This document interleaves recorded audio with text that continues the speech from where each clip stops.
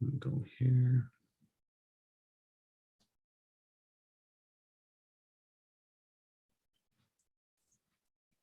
All right. Assalamu alaikum. Bismillah ar-Rahman ar-Rahim. Alhamdulillahi Rabbil Alameen. Sallallahu wa sallam ala Sayyidina Muhammad wa ala alihi wa sahbihi wa sallam.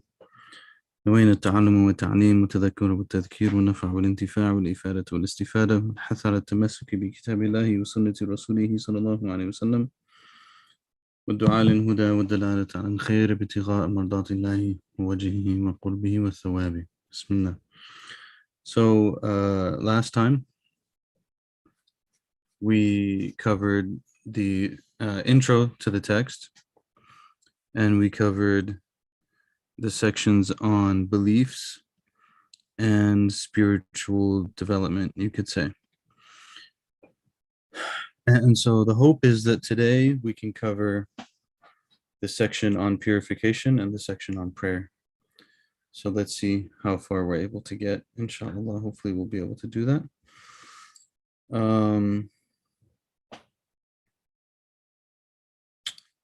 Just a couple points, one or two points before we begin. The first is that we're running on the assumption here, which is a valid assumption, that every madhab has its evidences. Okay, every madhab has its evidences. And generally the first text that one studies, or the most basic level text that the person studies, usually does not have those evidences, because the idea is not for the person to become overwhelmed by why did they say this and why did they say that and so on and so forth. The idea is for the person to know something valid about how to purify themselves and how to pray. Conversations about what is their evidence, why does it mean this, so on and so forth, usually come later. As I mentioned last time, the book that Shaykh Salah Abul Hajj, Hafidahullah, put together, he actually does put the evidences in the bottom, but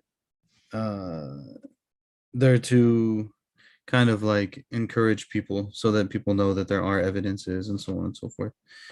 My point in saying this is that this is a very beginning course, right? It's not meant to be exhaustive. It's not meant to deal with all of the very intricate possibilities and so on and so forth. It's meant to give us the basic knowledge of what we need to know in order to purify ourselves properly, in order to pray properly, in order to fast properly, and so on. And issues that are more complicated will probably be dealt with in other texts.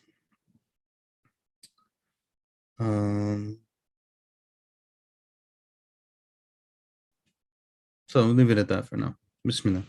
Bismillah ar-Rahman ar-Rahim. قال المصنف رحمه الله تعالى ونفعنا الله إياه بعلومه في الدارين آمين. كتاب الطهارة. كتاب الطهارة. كتاب الطهارة is the book of purification. So, what is the obligation that repeats itself most often upon the Muslim from the major obligations of the religion in terms of actions is prayer. And in order to pray, we have to know what we need to do in order to be ready to pray, which is purification. So the section on Tahara generally will cover two types of purification, and this will come up here. So there's the general idea of Tahara, of purification. It splits into two sides. One side is the physical purification, okay? And the other side is the ritual purification. You can call it ritual. And one side is physical. So ritual purification, for example, would be making wudu. How do you make wudu? How do you not make wudu? So on and so forth. Physical purification would be, there's this object that's impure and it's landed on my shirt. What do I need to do in order to solve that? Okay, so these are two different branches. It's a very, very common mistake that Muslims make in conflating these branches. So someone will come and they'll say, for example, blood is an impurity and I got some blood on my shirt. Do I need to remake my wudu? But blood on the shirt is a physical impurity. Making wudu is a ritual as a matter of ritual purity. So the physical impurity coming on your shirt doesn't break your wudu. Same thing with like a dog's saliva. If a dog licks you, it doesn't break your wudu, so on and so forth. Bleeding, on the other hand, is from the things that breaks wudu, which will come later. But the blood being on the shirt is different than the act of physically bleeding. Okay.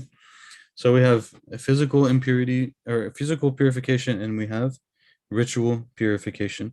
Ritual purification will deal with questions of wudu and questions of ghusl, and by extension, questions of tayammum, which we'll get to all of them. Okay, so wudu is like the basic water purification. Ghusl is the full shower, bigger water for purification.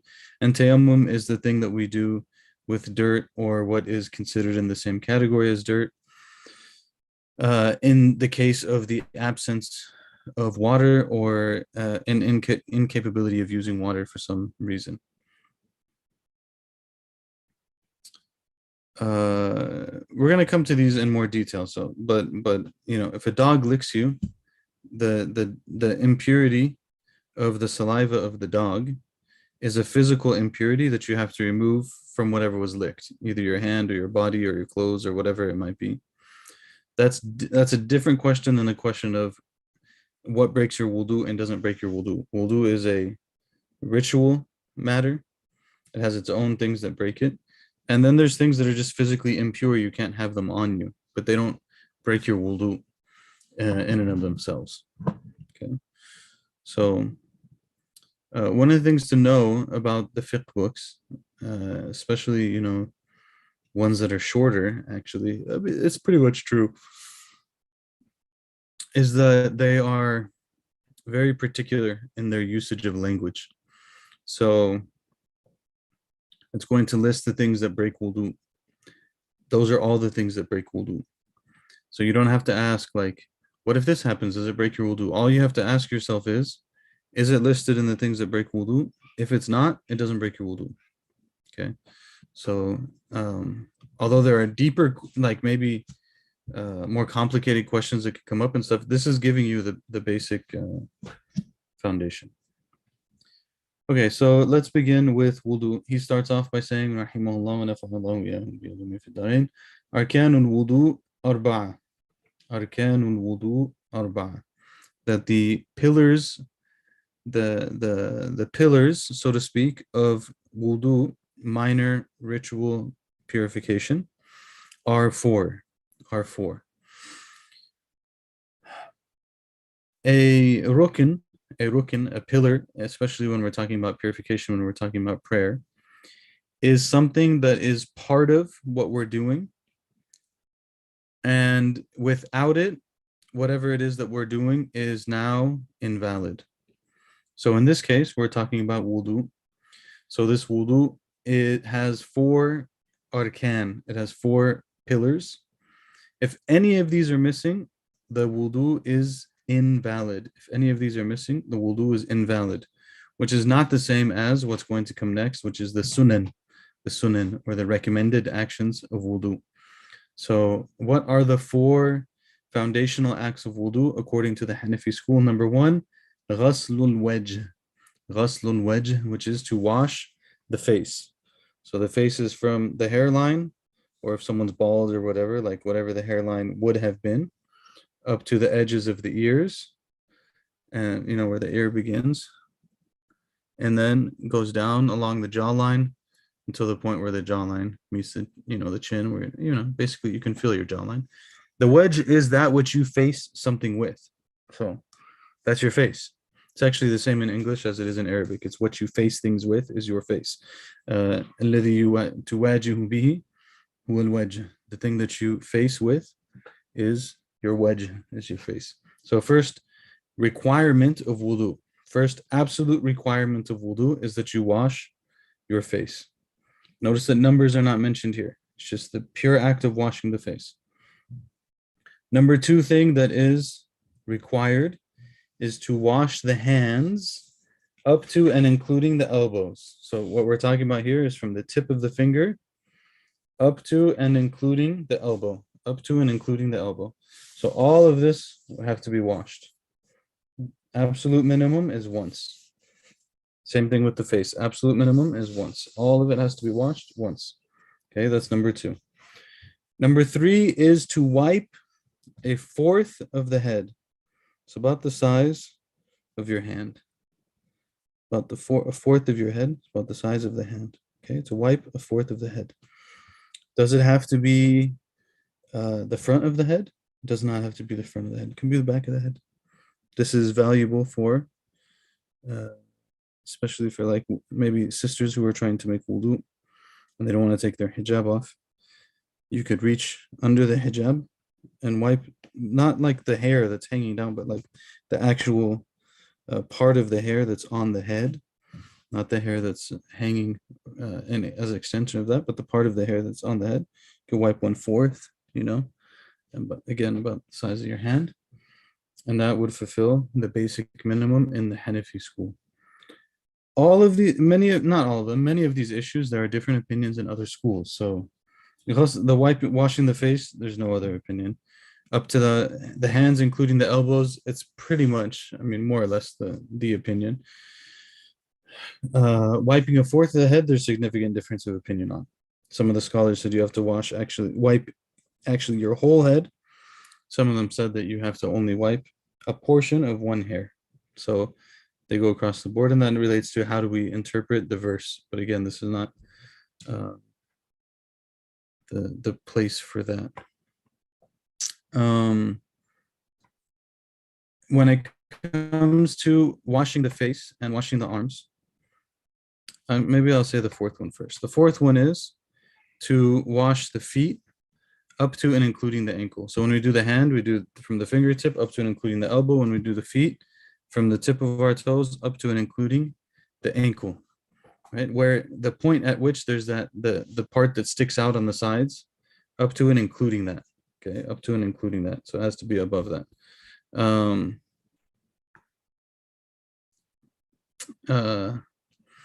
Then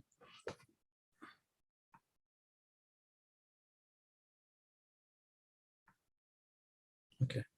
Then so all of those 3 limbs are being washed, or three areas are being washed: the face, the hands and the arm up to the elbow, and the foot, including the ankle, and the head is being wiped. So what does it mean to wash? What does it mean to wipe? What it means to wash is to take an amount of water to that limb such that when you put the water on that limb, there's an amount there where at least a drop or two could fall from it. That's what it means to wash. Maybe you catch the drop. It's about the potentiality. There's enough water there that the limb could drip 1 or 2 drops at the minimum. Okay. That's what it means to wash. Why does this matter? Because it doesn't mean you don't have to like put the sink over your arm. The Prophet ﷺ would make wudu with a very small amount of water, actually. So you have this amount of water. If the amount of water that you're washing your arm with is such that 1 or 2 drops would come from it, then that counts as washing. Okay. But you're taking some water, right? You're transferring some water in that sense. When you wipe, your hand is wet from water, but you're not actually like holding water. See what I'm saying? And then you just run it across the limb, in this case, the head.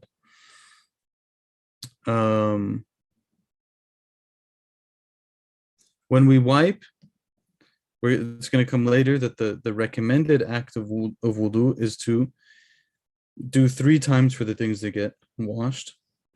But for the thing that gets wiped, you only do it once. And they say that if you wipe 3 times, now it's as if you washed it because you did so much. So it's not a wipe anymore. Now it became a wash.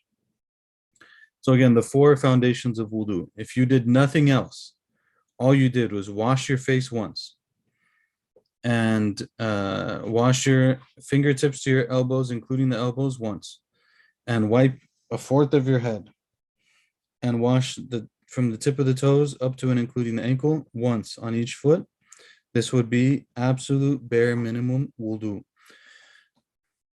Why does that matter? Not necessarily because that's what you should be doing, but that matters because sometimes you don't have much water.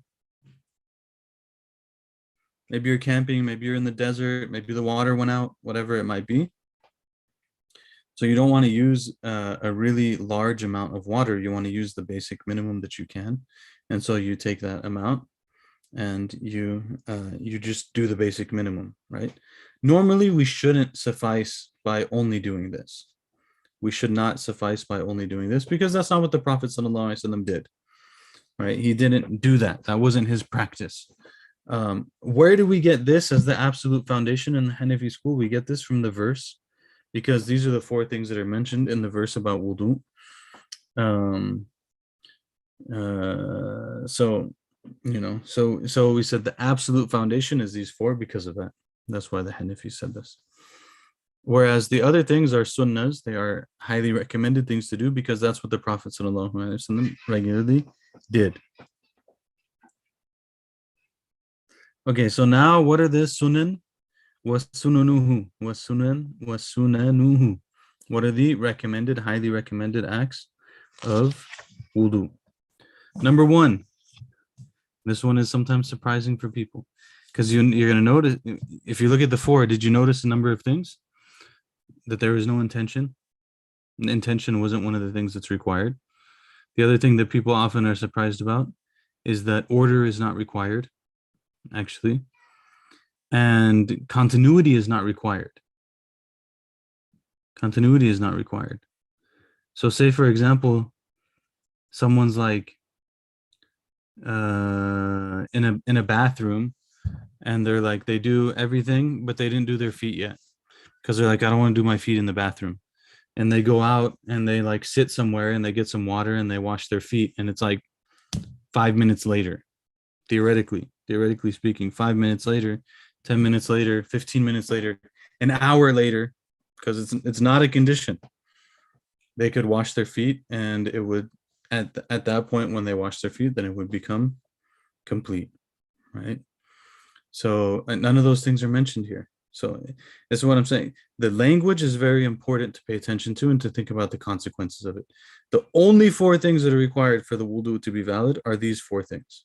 These four things. Wash the face, wash the hands, up to from the fingertip. Hand means in this context, fingertip up to and including the elbow. Because yed in Arabic doesn't just mean hand. It can also mean actually the arm, all the way up to the shoulder. But then the practice of the Prophet ﷺ was up to and including the elbow. So then we understood that that's what's meant by yed in the verse. That's what's meant by hand in the verse, or yed, the word yed. So you wash all of that. What if you have a ring? The question basically comes down to everything that's there has to be washed. So if that ring is going to prevent water from reaching the skin that is under the ring, then it must be removed. If the ring is loose and it doesn't actually stop the water from reaching underneath it, then you can kind of wiggle it if you want, or you can do whatever you need to do, but the water has to come underneath. Common question here that comes up is about nail polish. The water has to reach the fingernail. Otherwise, the wudu is not sound. What about this nail polish? What about that nail polish? So on and so forth. That's for you to figure out. The rule is the water has to reach and has to reach and wash the fingernail. It has to wash the fingernail has to be washed. Okay.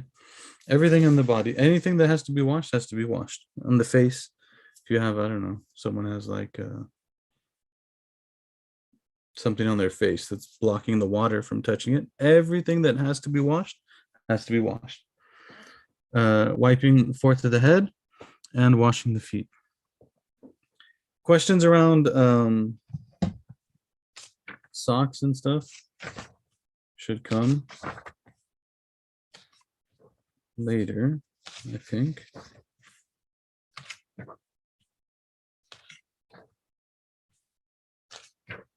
Actually, I don't know if he mentions it here.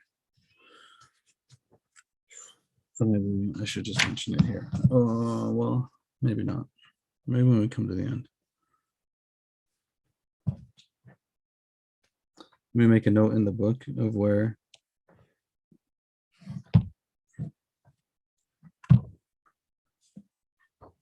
Let me put it here. We'll do it here. Set and then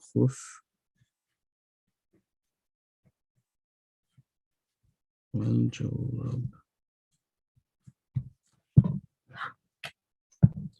come to that when we get to it, inshallah. So these are the four minimums. These are the four minimums. Four absolute basic requirements of wudu. So when we come to those things that are recommended in wudu, the first thing that's recommended, highly recommended, sunnah, highly recommended, sunnah in wudu is an-niyyah, which is intention. So I'm washing all of these things in order to do ritual purity so that I can pray and I can be in a state of ritual purity and so on and so forth. That is in the heart, to intend in the heart to be making wudu. Okay. Number two, highly recommended thing is at-tasmiyah, which is to say Bismillah. To say Bismillah or to say Bismillahir-Rahmanir-Rahim, but Bismillah. To say that when we go to make wudu. If you're going to go into a bathroom or something, maybe you can say it before you enter. You say Bismillah.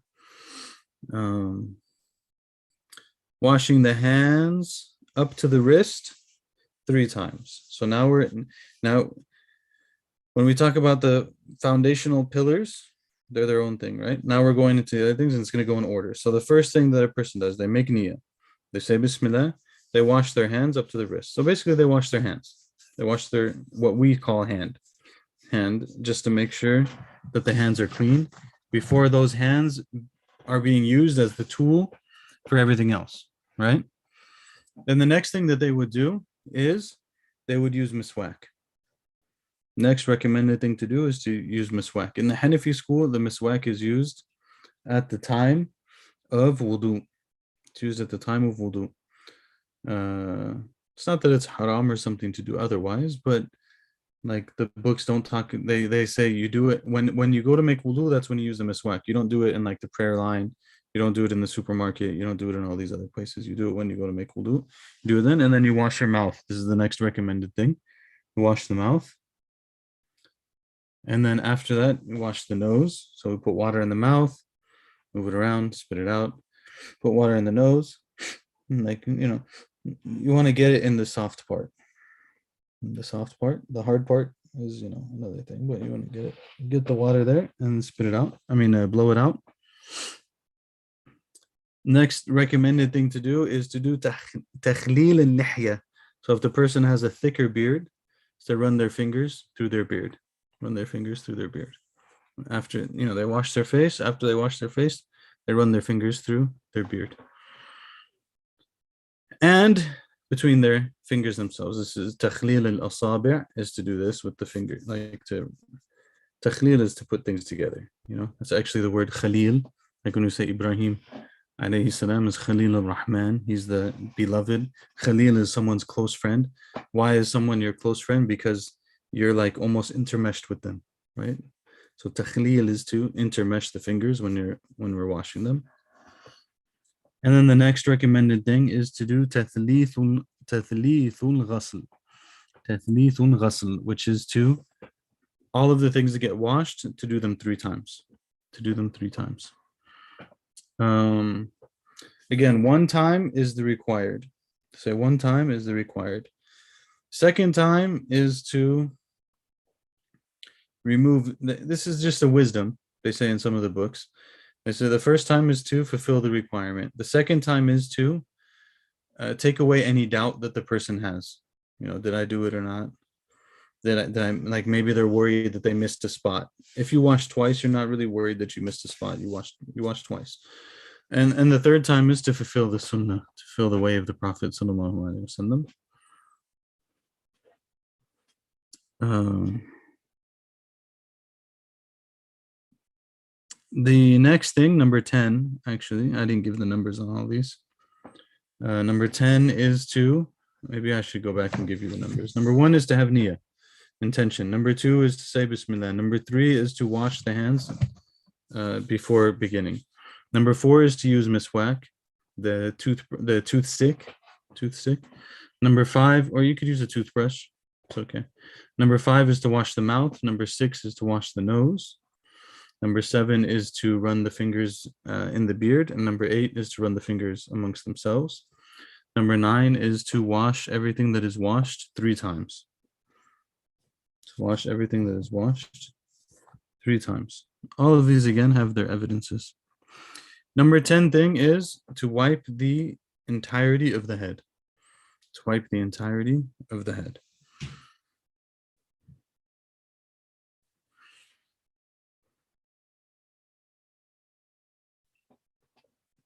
So wipe the entirety of the head. Number 11 is to wipe also the ears.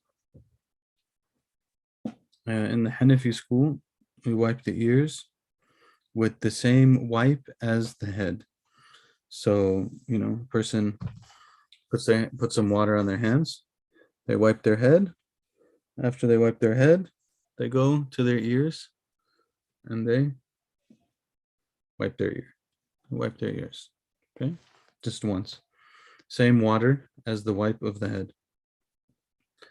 In the Shafi'i school, for example, person would take new water. They wipe the head, then they get water again, then they wipe their ears. So, but in the Hanafi school, we use the same. It's the same wipe. We use it at the same time. Number 12, highly recommended thing is a tartib, which is to follow the proper order. Just follow the order that is in the Quran, which is to wash the face first. If you include you do the mouth, you do the nose, you do the face, then you do the arms and the hand, then you do the head, then you do the feet. The head and the ears, and then you do the feet. Number 13, highly recommended thing is al-Muwala. Al-Muwala is to be continuous in the act of Wudu.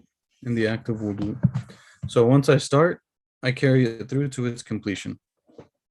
Again, this is recommended. Highly recommended. Don't leave it for no reason. But it is to follow through to the end.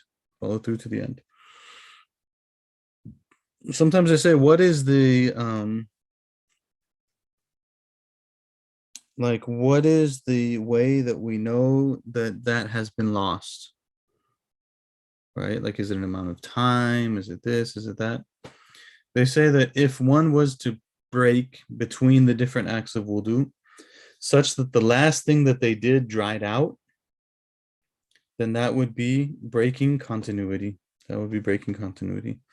Again, if they did that, it would still be valid. Like, I don't know, maybe you wash your face, you wash your arms, and then your mom calls you. So you would need to go, you check, see what's going on. By the time you finish helping her with whatever she needed, your arm's actually dry. You could actually come back and wipe your head and wash your feet. You don't have to start over again. If you start over again, it's better, because now you will complete all of the sunnahs of wudu as well as the obligation. But technically speaking, you could just pick up from there. But really, you shouldn't. I mean, like, it's not that big of a deal, unless there's these kind of things. Sometimes there's cases where it can become relevant, but most of the time we should try to do our wudu properly and fully, and do everything with all of its sunnahs and everything else, and to make it as good as we possibly can, because of course we know that there's spiritual benefits to these things, as well as the requirements of just doing whatever we're doing, right? And number 14 is ad-dalk. Ad-dalk is to kind of like rub the arm at the same time that you're washing it. So you put the water there and you kind of like, like rub it as you're washing it type thing. Wash it. Rub it. Rather than just letting the water, because you could just put the arm under the water, right? And in which case the water would have covered the whole arm and it would count as a wash. But to rub your other hand with it is to do dalk. All right. So these are the 14 sunnahs of wudu that are mentioned here. And some of the Hanafi books, they also mention, people maybe have seen the wiping of one's neck. Some of the books, they mention that. So you wipe your ears and then you wipe the neck. But he doesn't mention that here, and some of the books don't mention it either. So, no, Mubash, it's okay. So that's how we make wudu. That's how we make wudu. Okay. So now, first, as on a different kind of point, it's good to try to stay in wudu. It's good to try to stay in wudu. The Prophet ﷺ taught us that wudu is the weapon of the believer. It's a means of protection for us in our day. It has a kind of spiritual strength to it.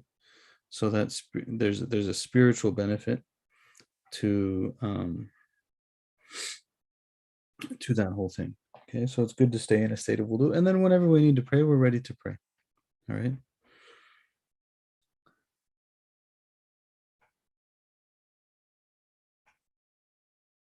All right. So now we know what's absolutely required to make wudu, and we also know how to properly make wudu. Alhamdulillah, it's a great thing. The next question would be, what breaks my wudu? So what are the things that if I do them, they mean that I have to redo my wudu? What are those things? Okay. So these we have to kind of pay attention. We have to pay attention. Number one thing that breaks our wudu is anything exiting the body from one of the two private parts. ما خرج من السبيلين. ما خرج من السبيلين. That which exits the body from one of the two private parts. Okay. This is the first thing. So there's no haya in this stuff. So there's going to be some stuff here that comes up that is a little bit awkward, but we have to talk about it. Alhamdulillah, it's easier to do it on Zoom than it is to do it in person. But we have to mention them. So the first thing is anything that exits from the two private parts. So if one urinates, that would break their wudu. If one defecates, that would break their wudu. If someone passes gas, that would break their wudu because this air has exited the body through one of the private parts. Okay. So anything leaving from the private parts, front and back, breaks the wudu.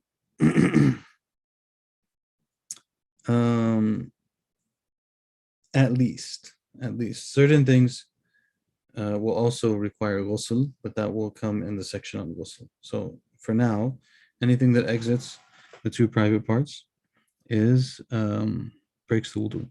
Okay. Number two is sayalanu najisin min ghayrihima. Sayalanu najisin min ghayrihima, which is the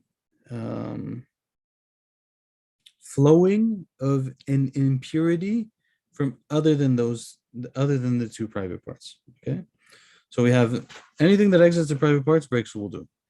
What if it exits something else in the body? What if some other place in the body, something exits from it? Does it break your wudu or not? There's two issues. Number one is it impure? Is it impure? Number two is, which is going to come in the section on cleaning physical impurities. Okay. So we're talking about things like blood, vomit, other like urine, all these things. It's possible for urine to come out of other than your private parts if there's some sort of medical condition, whatever is going on.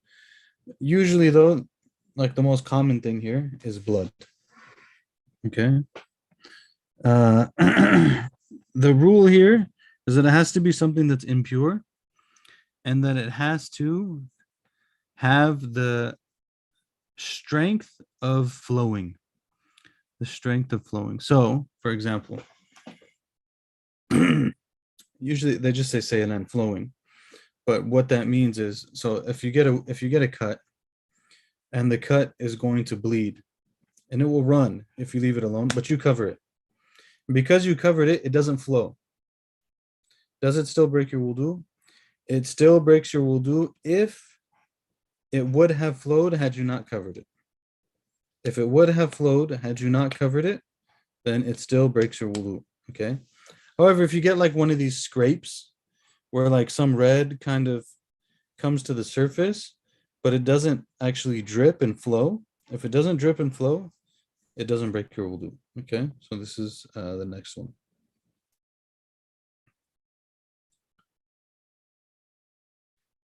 Of course, not all of them, many of these things, there's different opinions in the other schools. So you may have heard something else. We're talking only about the Hanafi school here. And again, the idea is, how do I know something that this is just for my personal practice. It's not for me to go like tell other people what to do. Whenever we learn first on a madhab so that I know that my personal practice is sound. It's not for me to go talk to other people about it. If I want to go talk to other people about what they should or shouldn't do, then I probably need to have more knowledge of what I should and shouldn't do, right? Not just one opinion. But here we're talking about the Hanafi school. So the capacity to bleed, if it's not stopped, it would bleed. That breaks one's wudu. Number 3 thing that breaks wudu is vomiting so much so that it fills the mouth. What does this mean? Vomiting so much so that it fills the mouth. What does it mean? It means that enough vomit comes up that you can't hold it in. You know, sometimes maybe like a little bit of vomit comes up and someone might swallow it. That's not so much that it breaks your wudu. What breaks the wudu is enough that you can't keep it in. You have to let it out. Okay.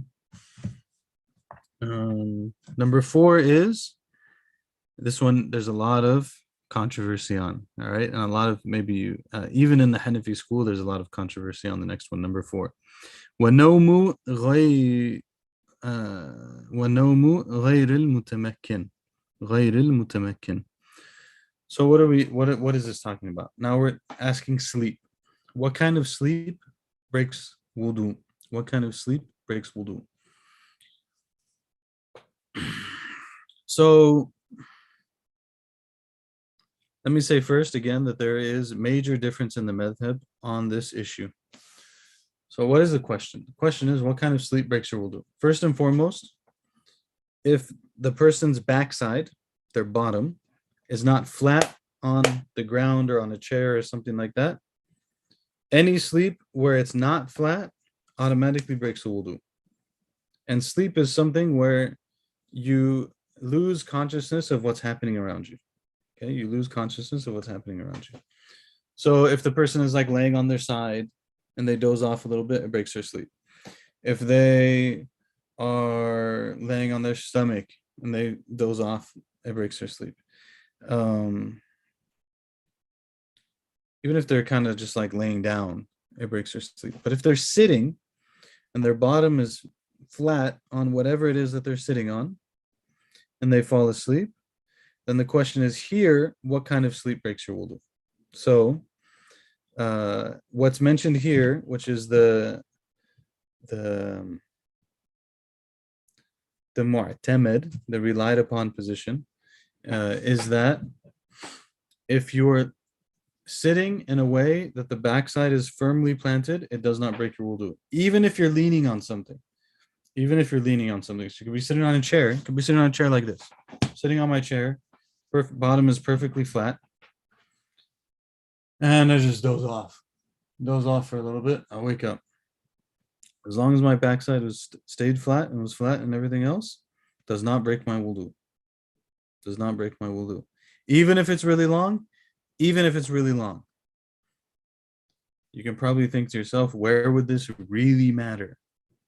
It would really matter on an airplane. Right? So you could sit on the airplane, make sure that you sit in a way that backside is firmly planted, and sleep in that way. And when you wake up, you don't lose your wudu. Your wudu is still valid. Unless you find yourself like you're not firmly planted anymore, obviously. But if you sit on a side and like you're leaning halfway, one side of the backside is up, the other side is down, then that breaks your wudu. Okay. Now, I said, even if you're leaning on something, many of the books of the madhab say that if you're leaning on something, if your backside is flat, but you're leaning on something that if it was taken away, you would fall, then your wudu is broken. So if you were sitting on this chair and you were leaning back and you fell asleep, your wudu would be broken. But if you were sitting on the ground, you're just like sitting maybe in cross-legged, backside is firmly planted, and you're like sitting like this maybe. You're not leaning on anything, then your wudu will not be broken. This brings up an interesting issue in the madhab, although, it's just a side point if anyone's going to study more or something. Generally, in the madhahib as a whole, they might use different words for it, but generally in the madhahib as a whole, there is what is referred to as the mu'tamid opinion on any issue, which is the strong opinion on the issue that you have to follow and you give fatwa on and so on. In the Hanafi school, there is always, of course, the mu'tamid. What's mentioned here is the mu'tamid, that if you sit down and your bottom is flat, even if you're leaning on something, it doesn't break your wudu. That's the mu'tamid of the school. However, in the school, the Hanafi madhab has existed for over 1,200 years, right? Actually, almost 1,300 years. So there's a lot, and all over the world, in all different places, all different people, so on and so forth.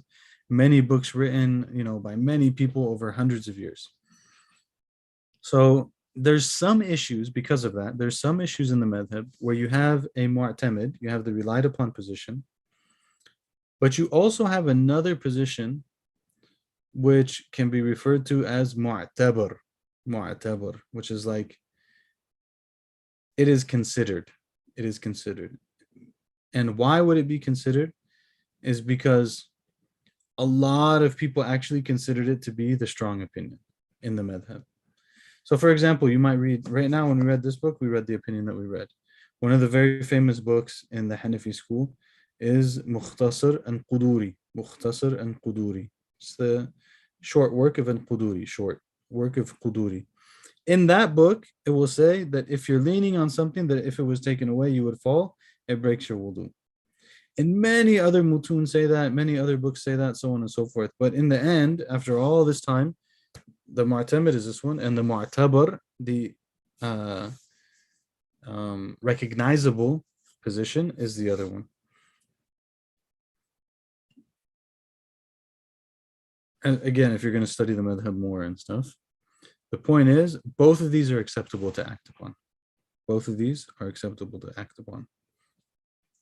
Whereas, generally speaking, if there's more than one opinion in the madhab, which there is on like almost everything, then you can only act upon the one that is considered to be reliable.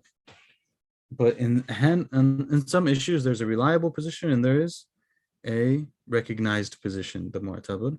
You can follow either one technically, and someone could give fatwa for either one technically. Mashi. وَنَوْمُ غَيْرِ الْمُتَمَكِّنِ. Anyways, the point is, falling asleep without having the backside firmly planted would break one's wudu. Number 5, al-ighma wal-junun was-sukr. For the Zoom people, if you have questions, feel free to put them in the box. Number 5 is al-ighma wal-junun was-sukr. Al-ighma is to lose consciousness. Junun is to go insane. And sukr is to be intoxicated.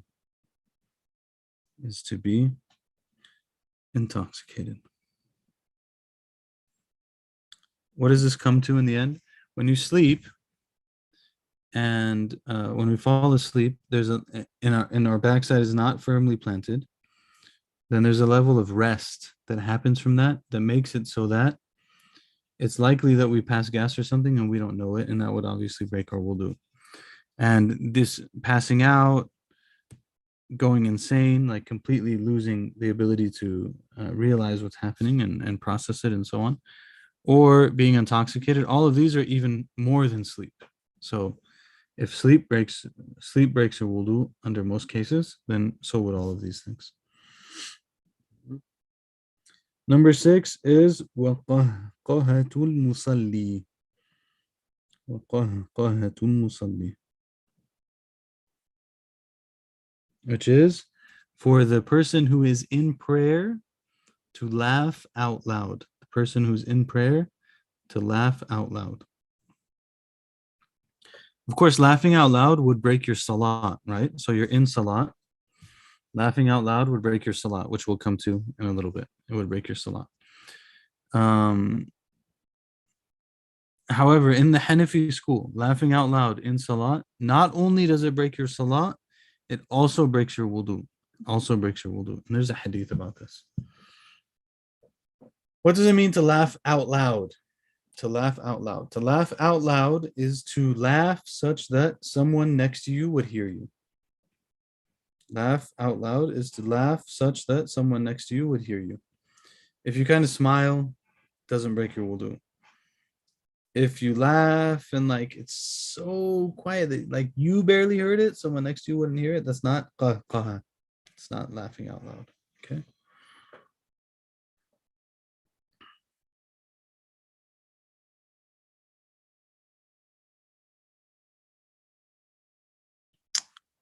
The hadith actually it's an interesting hadith about this one. It's that they were praying and a man who couldn't see was coming to the prayer and there was a hole and he fell in the hole and he tripped. And when that happened, some of the people who were praying laughed at him. They laughed, not necessarily at him, but they laughed. And the Prophet ﷺ commanded them to not only repeat their salat, but to repeat their wudu as well. Of course, people say this hadith is weak, so on and so forth. That's a whole different conversation about weak hadith, strong hadith. What does that mean? Who determines it? Why are things used in each madhab? So on and so forth. It's a huge conversation, not the topic here. But the point is to laugh out loud in salat breaks. What are we talking about right now? Breaks your wudu, not just your salat. It breaks your wudu. Of course, if it breaks your wudu, it also breaks your salat, right?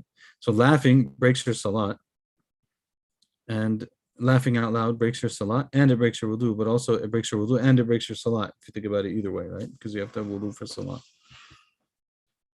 And number 7 is what's called mubashara fahisha.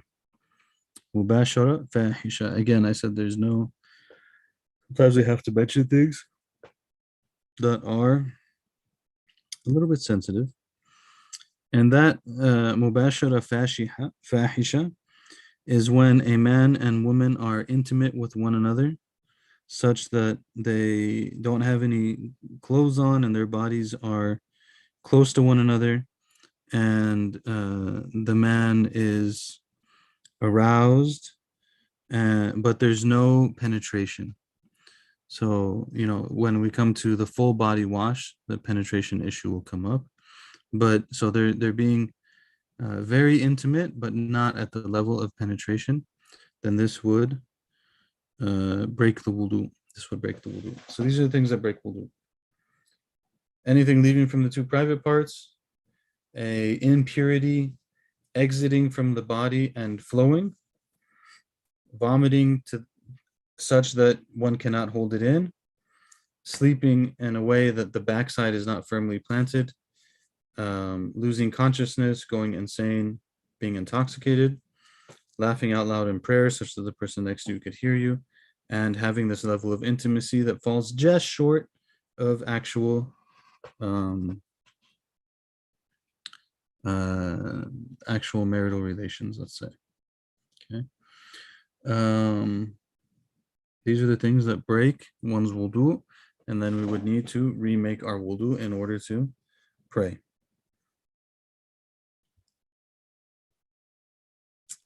There's something that's not mentioned in this book that I kind of hinted at earlier. And that is issues related to the khuf or the sock, khuf and sock. Okay, so he said the basic foundation of wudu is to wash the foot. Wash the foot.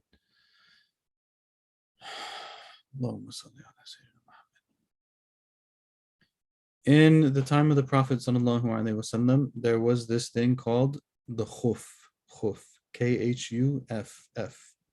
or khaf fa, khuf. The khuf is like you've probably seen it. It's like a leather sock. It's a little bit thicker. You put it over your foot. And it has some strength to it. It has some standing to it. You could walk on it. It won't rip. If you wash it, the water is not going to go through. If you wipe it, I mean, the water is not going to go through, and so on. It's established in the Sunnah of the Prophet ﷺ that they used to wipe on this in the place of washing the foot. So we have to talk about this first before we get to socks.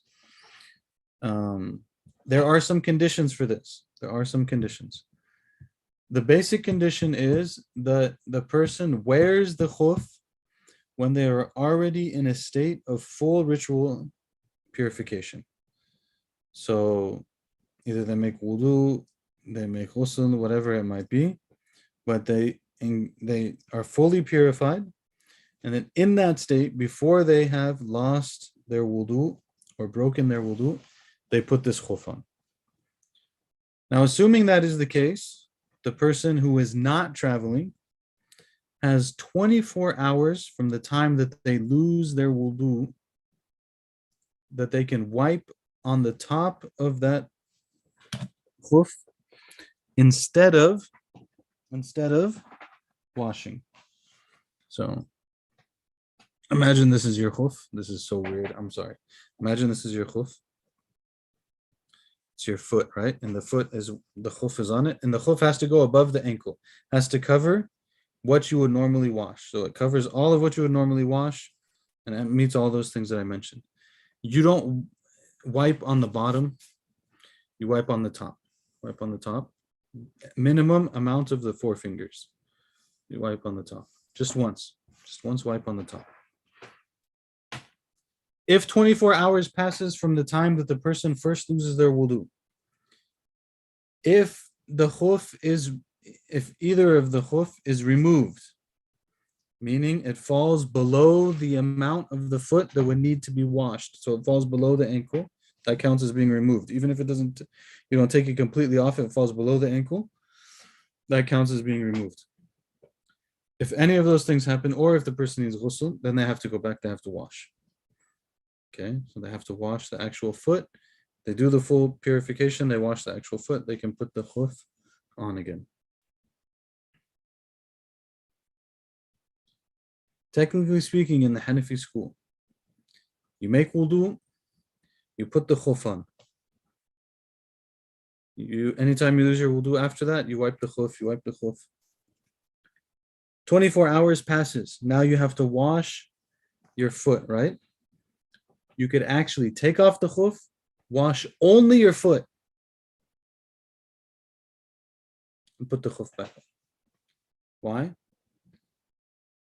Because the continuity is not required. If you didn't, like you had wudu, and you on the khuf and it broke because of that, you could just wash the foot. And you put the khuf back on. Probably shouldn't do that, but theoretically you could. Because you've washed everything, right?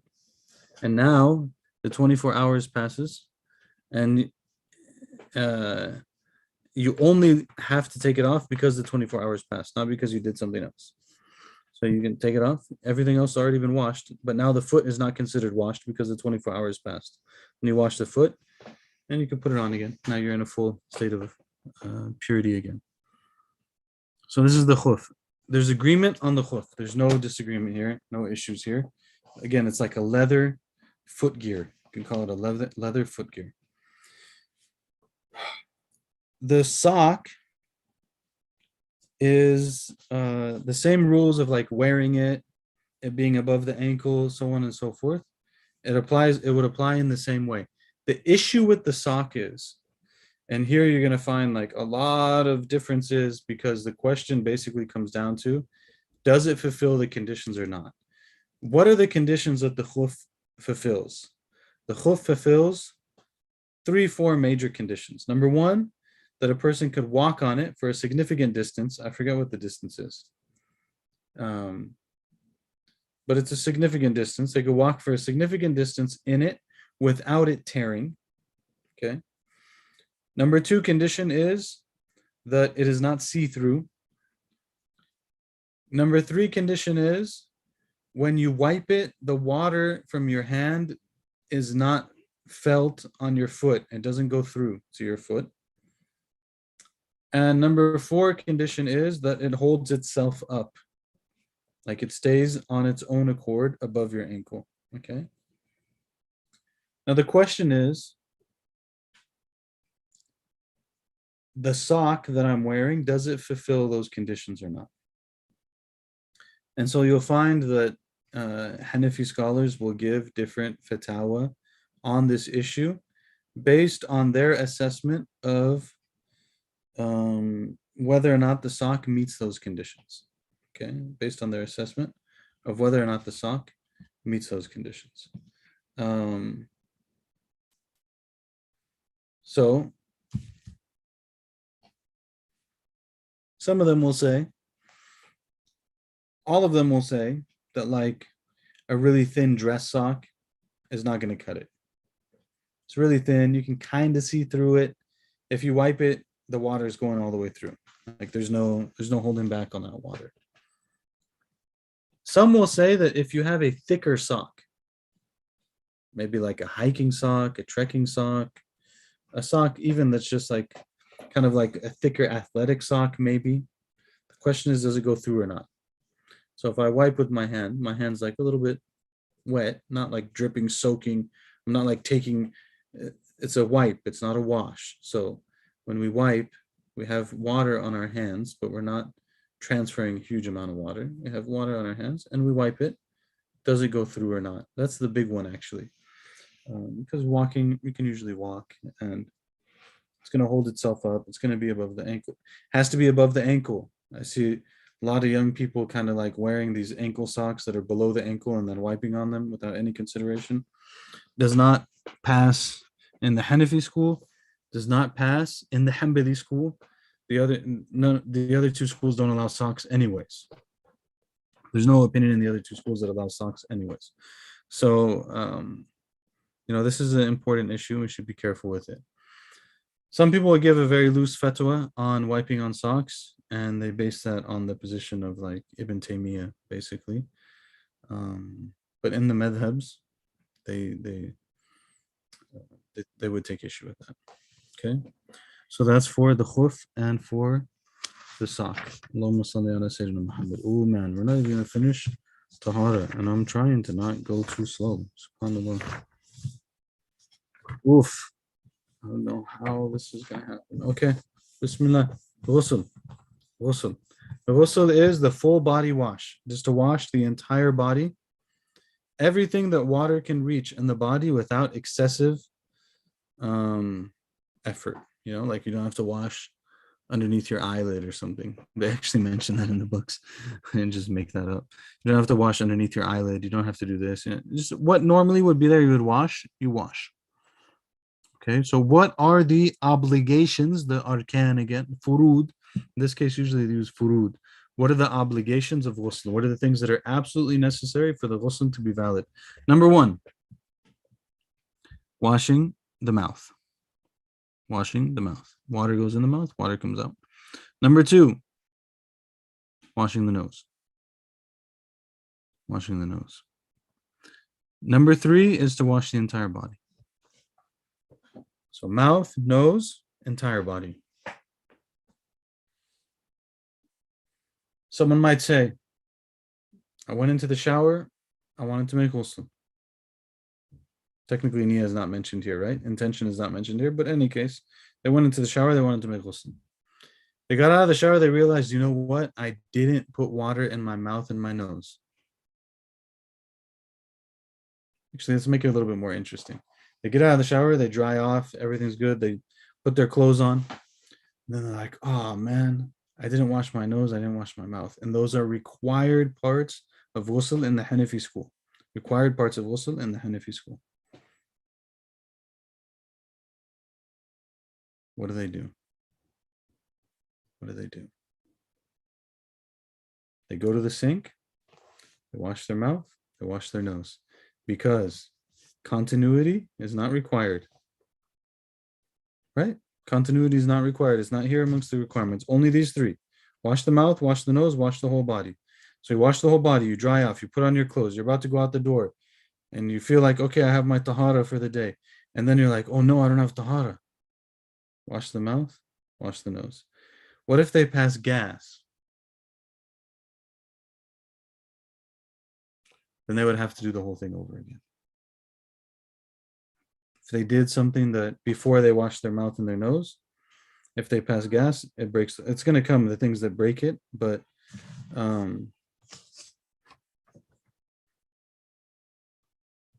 listen, hold on a second. Let me think about this for a second.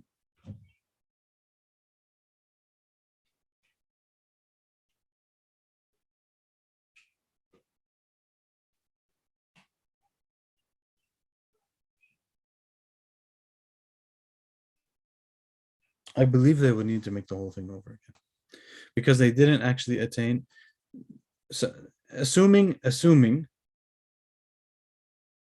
they had to make ghusl. Okay, so we're assuming now they had to make ghusl. Not that they didn't have any reason to make ghusl. They just got in the shower. They were trying to purify themselves for the day. But really what they needed to do was wudu. That's different, right? Then they could just make wudu. But assuming they did something which is going to come that would require them to make ghusl, and they went in the shower to make ghusl, and they washed their whole body, but they didn't wash their mouth and their nose, and they broke and then they passed gas, then they would have to wash their whole body over again.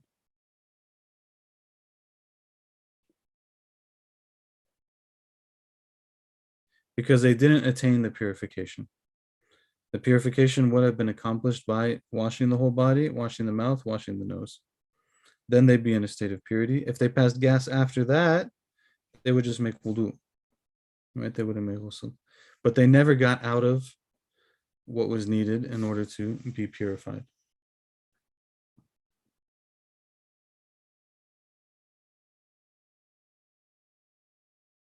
Yes, I believe that's so. So these are the three required things. For ghusl, there are 5 things that are highly recommended, 5 sunnahs, 5 highly recommended things, 5 sunnahs. Number 1 is to wash the hands. Wash hands. Number 2 is to wash the private parts. Wash the private parts. Number 3 is to remove any impurity from the body that might not be on the private parts. Okay, so maybe the person had intimate relations, and in the course of their intimate relations, they got not only some impurity on their private parts, but also on some other part of their body. So they would do the sunnahs would be to wash their hands first, to wash their private parts, and then wash the impurity off of any other part of their body. That's number 3. Number 4 then would be to make wudu. To make wudu.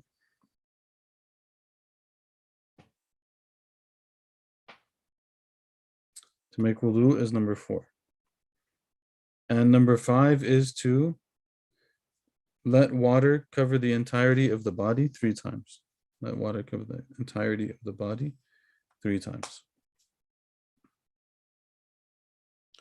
There's a question here about hair, especially for women. Hair is part of wudu. So it's part of the entire body. I mean, part of ghusl. Wetting the hair is part of ghusl.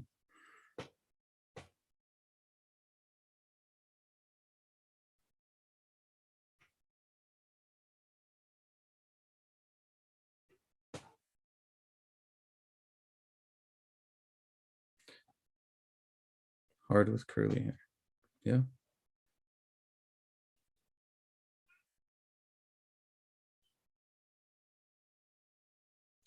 What about for hair? Like, does every hair need to be drenched hard with curly hair?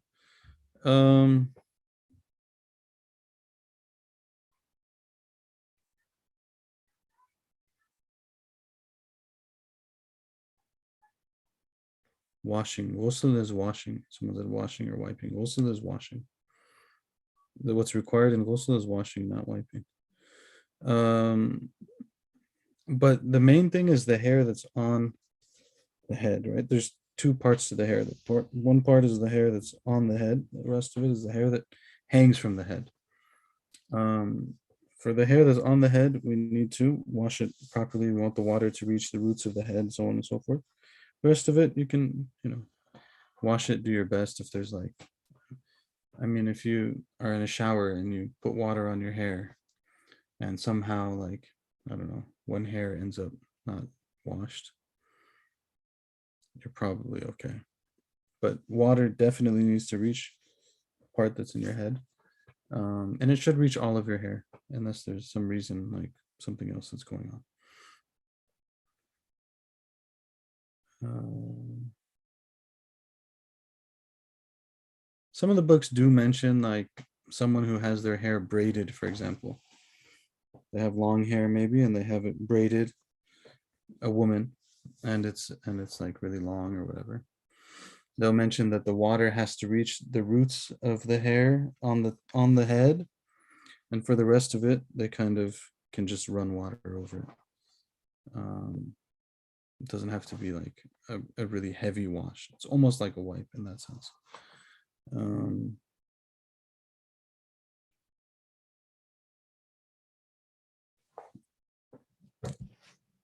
It's not mentioned here, so it's a little bit harder to review right now. But other than that, they don't make an exception for this, that everything needs to be washed.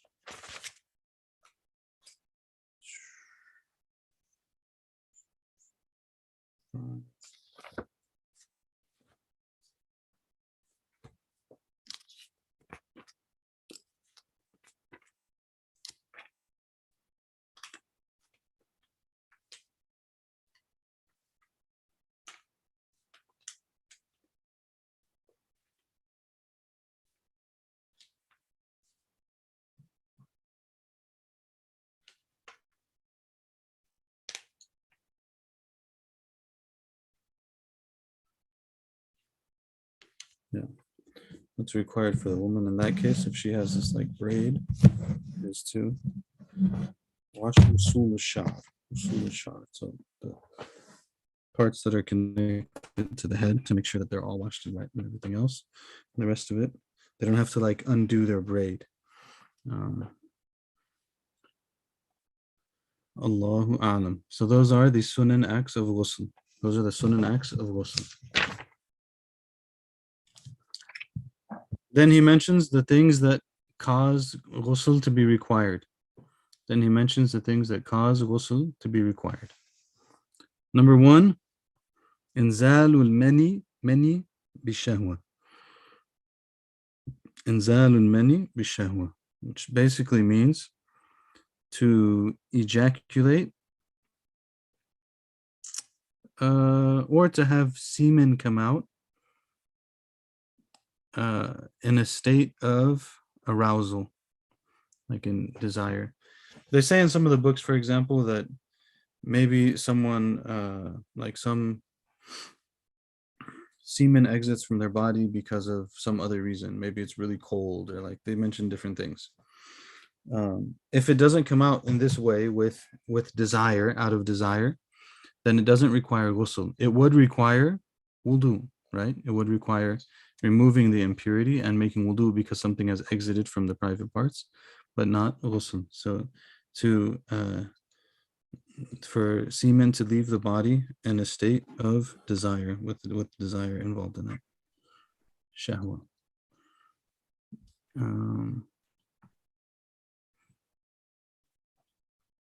Number two is وَإِيلَاجُ حَشَفَةٍ فِي قُبَلٍ أَوْ دُبُرٍ. وَإِيلَاجُ حَشَفَةٍ فِي قُبَلٍ أَوْ دُبُرٍ. And so number two is for, forgive me, there's no other way to say this, for the head of the penis to enter the private parts, the front or back private parts, the front of a woman or the back of a man or a woman. Know in fiqh that just because something is mentioned in this way doesn't mean that it's allowed. Obviously, we know from the fiqh that anal intercourse is not allowed. Okay, but if someone did do that and the head of the penis went in that far, then ghusl will be required, whether or not there is any ejaculation. Whether or not there is any ejaculation.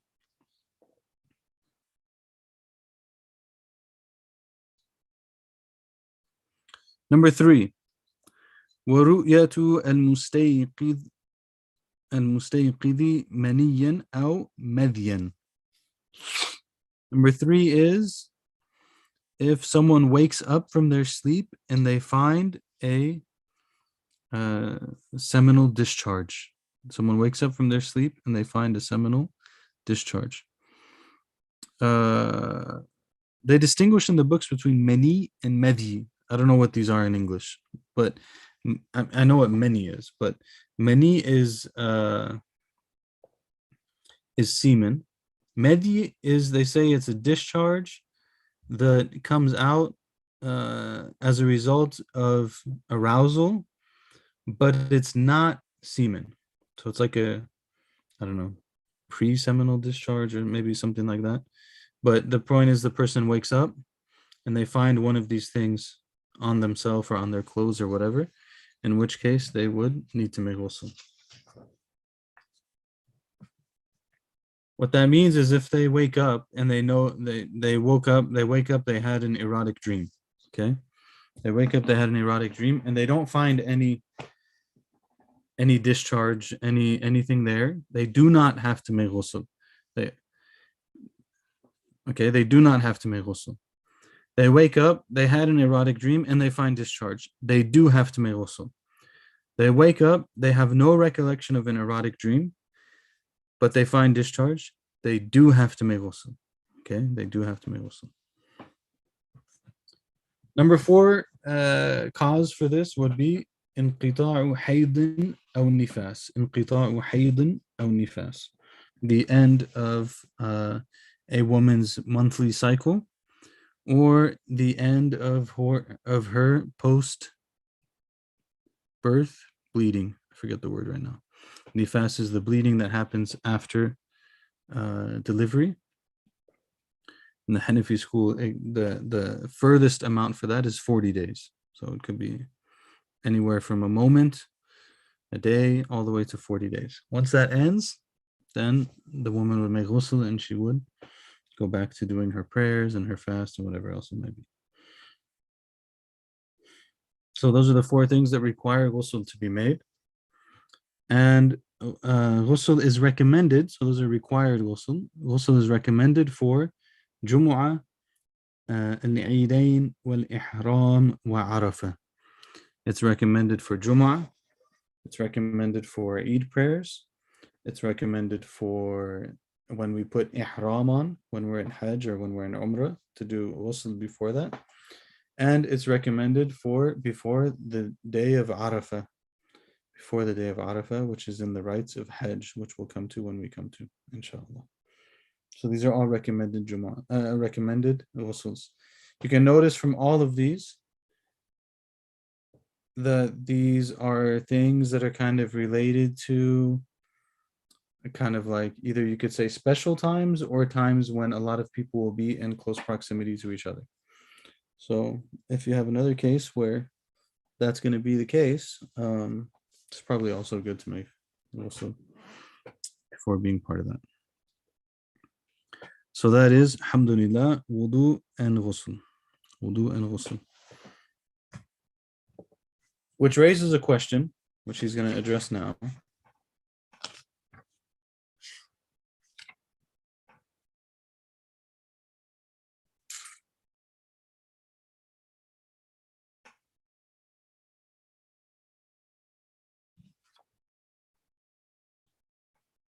Which raises the question of what kind of water can be used to do all these kind of things, right? So these are all acts of purification.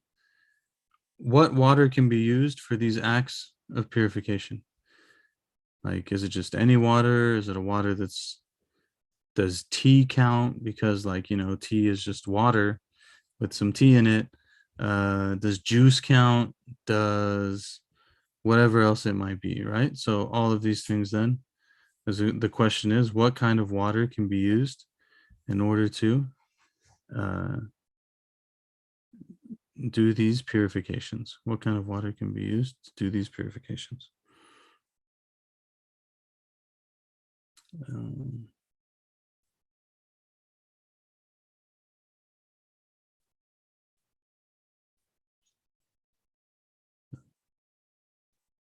Sorry, I'm looking for something in the other book. He has two books that are very similar, so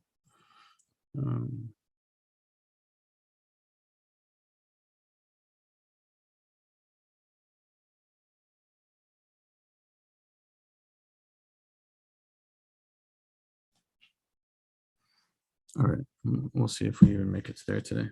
So what is the water that can be used? Well, يصح التطهير بماء مطلق وإن تغير بالمكث لا بماء تغير بنجاسة ولا بماء راكد قليل وقعت فيه نجاسة.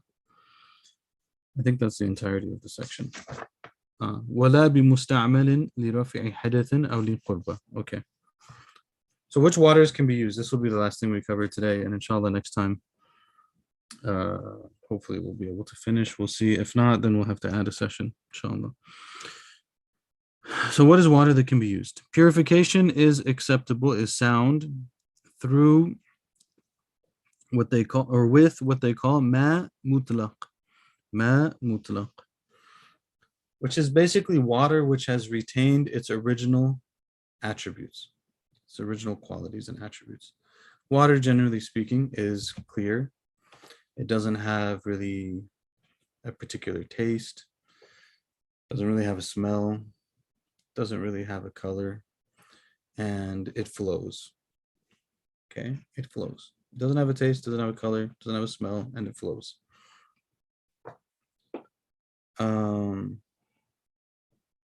If the water is like that, then you can make wudu with it. Even if it has changed as a result of sitting. Okay, so maybe the water was like in a bowl and it sat for a few days and the color started to change slightly, but it didn't change from anything except sitting. Like, it's not that a cat came and peed in it or something. It's just, it was sitting there, the water changed from sitting there. It got stagnant a little bit. It changed from just sitting there. It's still valid to use, okay? However, if it has changed as a result of an impurity coming into it, then that's different, okay? So there's two categories of water. Sorry, I'm looking at the time and I'm like, how am I going to do this in the time? There's two categories of water. One is what they refer to as al-ma' al-qalil, which is a small amount of water. So let's just do that first. It's easier in a sense. Small amount of water. Actually, we can't really do it first because it's anything that's not a large amount of water. So we have to know what is a large amount of water.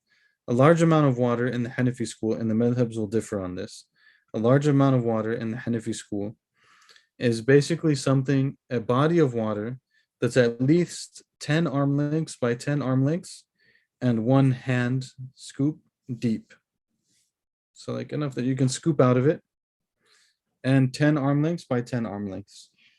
And what this basically comes down to is, like, if an impurity came in one side of it and the water moved a little bit, it wouldn't reach to the other side. Okay, this is how they defined a large quantity of water. This is why a lot of the old masajid and like historic mosques and stuff, you'll see in front a big pool, right? That big pool of water is what people make wudu from. And it's made intentionally to be big enough to be considered a large amount of water. Okay. So you have a small amount of water, which doesn't reach that amount, okay? And some impurity comes into it. Some impurity comes into it. It's no longer usable. It's no longer usable.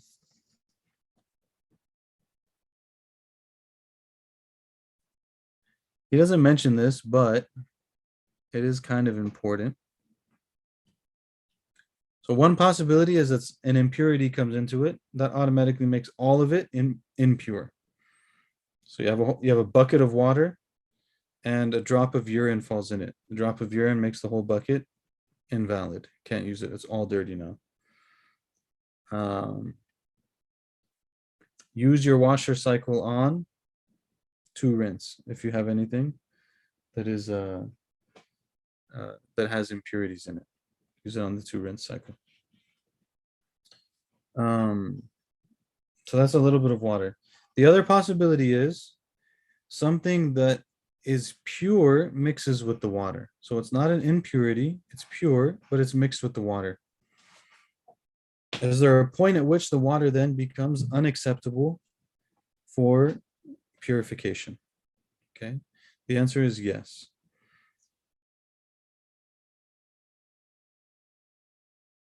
Here, there are also two possibilities. One is the thing that is mixed with the water that is pure is liquid. The other possibility is the thing that is mixed with the water that is pure is solid. Okay, so let's start with liquid. The liquid attribute of the water when it comes to that is that it doesn't have color, it doesn't have smell, it doesn't have taste. All right, it doesn't have color, doesn't have smell, doesn't have taste. You mix a pure liquid with the water, and let's say that liquid has three things. It has color, it has taste, it has color, it has taste, it has smell.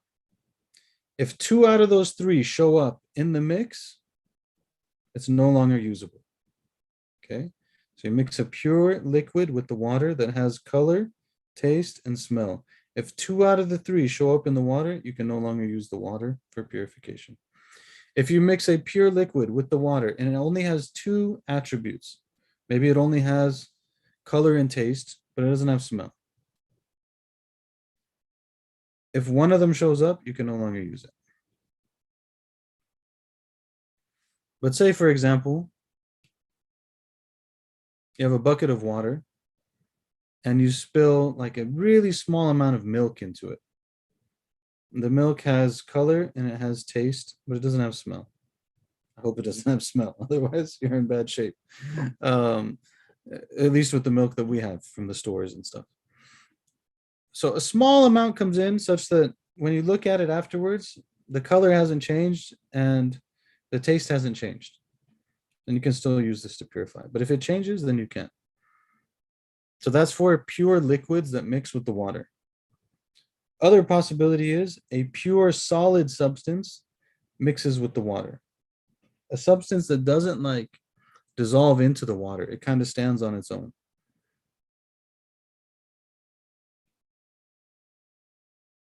Maybe it's like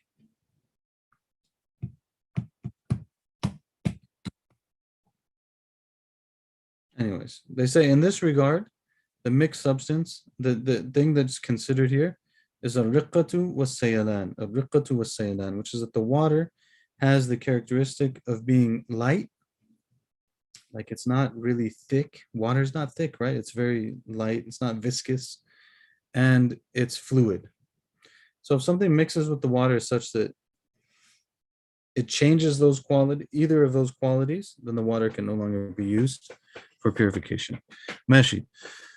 Other possibility. Now, you have a large quantity of water and an impurity comes into that water and you can see it. You can see its effect, whether it's color, taste, smell, whatever, you can see its effect. If you can see the effect of the impurity, that water becomes, the part that's affected by it no longer is usable. No longer is usable, even if it's a large quantity of water. However, if it comes into a large quantity of water and you can't see anything, maybe you have the huge pool, some blood comes in it. The blood mixes around, you can't see it at all, whatever. You can still use that water for purification. Purification and what can be used for purification is a matter of Sharia. It's not a matter of just like purely hygiene or something like that. It's a matter of Sharia. So it's known by the text. It's known by the text. The last point, and then we're going to close, is if you have water that's stagnant and impurity comes in it, then it also, even if then it is affected by that. It is made impure by that. So it's like not running water. It's stagnant water and impurity comes into it. It's made impure by that. If the water is running, then of course the part that's affected by the impurity is impure, but it's running, so it's going to go away. And then the rest of the ocean is okay. The ocean, it can be salt water, can be fresh water, it's fine. The ocean is generally okay. You don't usually see impurities in the ocean. If the part that you're in somehow you see an impurity, obviously you don't use that part, but the rest of it you can use. هذا وصلى الله وسلم على سيدنا محمد وعلى آله وصحبه وسلم سبحانك اللهم وبحمدك نشهد أن لا إله إلا أنت نستغفرك ونتوب إليك. We'll stop here. Inshallah, next time we'll pick up on tayammum, and then tayammum will be the last thing. Oh my God, we didn't even get out of tahara. We were supposed to do tahara and salah. Wow, this is not going to happen the way that I wanted it to. You can't rush it too much because then, you don't learn what you need to learn. So looks like this is going to take way more than 3 sessions. Alhamdulillahi Rabbil Alameen. But that's okay. Inshallah, if you have any questions, I would suggest rewatching the section that you have questions on, and then after that, write it down. And bring it to the next session. Inshallah, we can cover it in the next session. But right now, it's bedtime, and I need to go put these kids to sleep. Barakallahu feekum wa sallallahu wa sallam ala Sayyidina Muhammad wa ala alihi wa sahbihi wa sallam. Alhamdulillahi Rabbil Alameen. Jazakumullahu khairan. Good to see you all. Assalamu alaikum.